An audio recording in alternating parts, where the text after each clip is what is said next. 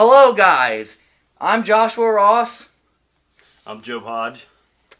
and today we are reviewing something really cool. They are the wireless WaveBird Nintendo Gamecube / Wii controllers. These were made in around, I think... These were made in around 2002. These designs, these models, they basically featured groundbreaking technology, and he can explain to you a little bit more about that, how it's wireless and it's a radio frequency. Yes, they run on radio frequencies up to 16 channels, and they were made as a collaboration between Nintendo and WaveBird. Nintendo hired WaveBird to make them a wireless controller. I think it was their first wireless controller that they've ever produced. This, actually, one of their first ever technologies using the radio frequencies for this controller. That's why, if you guys will notice the model, how it is much bulkier and bigger, more stockier than the regular standard Nintendo GameCube stock controllers that you get with the system. Much bigger, much bulkier. As you can see, the back side, it's bigger. And on the bottom, where the radio frequency channel knobs are, you can turn those to adjust the channels accordingly. With these that we brought out, these are the ports, have one of those channels as well, as you can see. And these things also, the wireless receivers for the controllers, they also have a radio channel up to 16 frequencies. Now, we've run into some issues where if you're on frequency 1 and the other player is on frequency 2, 3, and 4, there might be some radio haze where it won't be able to connect, or you'll move and then it'll take 3 seconds to move over. It doesn't happen often, but we have seen that happen a few times while playing certain games, such as Marvel, Nemesis, Rise of the Imperfects, and Super Smash Bros. Melee.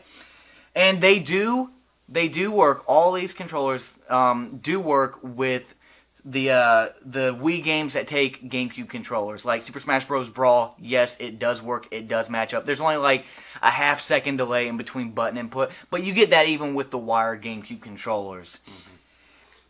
Well, so a little fact about all this radio frequency and how it works with this port and this knob at the bottom. A little bit about that is that the frequency connects to the GameCube, this port, and it will send the radio frequency connecting to via whatever you can connect to, radio towers, whatever, to the even GameCube system itself, to the Wi-Fi. And what it will do is transfer this radio band to the controller. And how that works is that there's a limit up to 20 feet of how far you can get the range depending upon the channel. If you have 4 people playing, if you had 4 WaveBirds, if you had 4 people on the 4 different types of channels, 4, 8, 12, 16, you could span as far as they've recorded around 90 feet you could get. So you could step outside of your home, look through the window, you could probably still play the game. It might be a little bit of lag input, but it'd still work overall.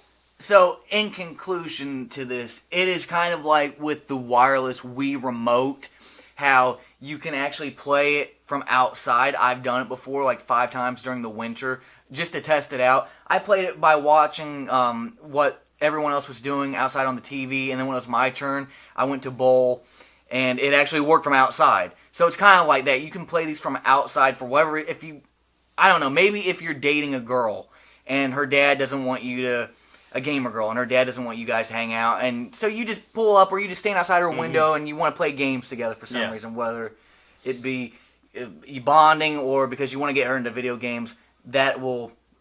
They work from outside, from up to 90 feet if you, like as he said, 4, 8, 12, and 16 on each of the remotes. There were some legal issues. Job, tell us about those legal issues. Okay, well, some legal issues that went down over these WaveBird controllers and just wireless controllers in general was there was a company.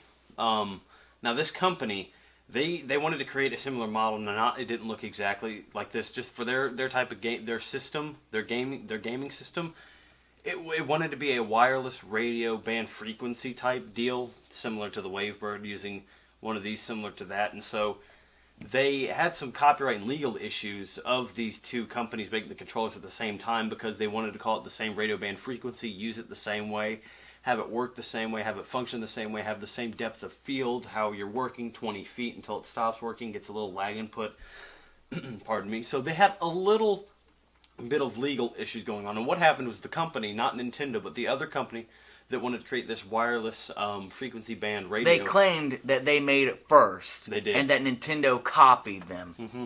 But in, sorry, pardon me, in 2000, it was... 2008, yeah, it was I think. 2008. Nintendo actually claimed that they were creating it first and that this was all their idea, that they had this patent pending. So what happened was that they actually had the court reversed the case hearing and the ruling, and Nintendo actually got to use it. So that other company, while they did try to make it, they would have to use like offset different ideas and types to make it work wirelessly. Besides how Nintendo does it, so Nintendo won the court hearing. So now that's how that came to be. Now, Job, tell us about the shape. What kind of shape would you say these are? Okay, well, shape. First thing I'd like to note about the shape is that, it's your classic Nintendo GameCube look, a bit bulky, like I said, due to the radio frequency and this big pack back here. But it still holds the classic Nintendo look, the GameCube controller look that we all know and love. Buttons are nice and tight. They work. You could buy it used. They're amazing, I'd think. They stand the test of time. They do. These range from between being, I'd say, 10 and 11 years old. Mm-hmm. I've asked the owners of these who have lent them to me for this video specifically, and he said that they are pretty old. Mm-hmm. Yeah. They were being sold until, I think, 2005 in stores, and then they were discontinued shortly afterward because they moved on. Nintendo was moving on to the Nintendo Wii, and they no longer really wanted to cater to the GameCube crowd any longer. And another thing about these is they came in different colors. I don't know if you guys can tell, but these two are not the same color. Mm-hmm. This one is, I think, a platinum silver, and this one is the classic grayish white cream white. Yeah, cream white. And the colors do matter. I think they had an orange one too, and they had what was it, Joe? The orange one was this Japanese-based video game. Pardon me, I do not know the name, but I think it was Gundam. Gundam, yes, Gundam, and it had an orange symbol on the top right here, yellow, pardon me, and this orange body to it. Okay, well, I think we did a great history of these products. We hope you enjoyed the video. And drop us a like and a subscribe and a comment on what you want us to review next. And we'll see if we can make it happen. Thank you. Thank you.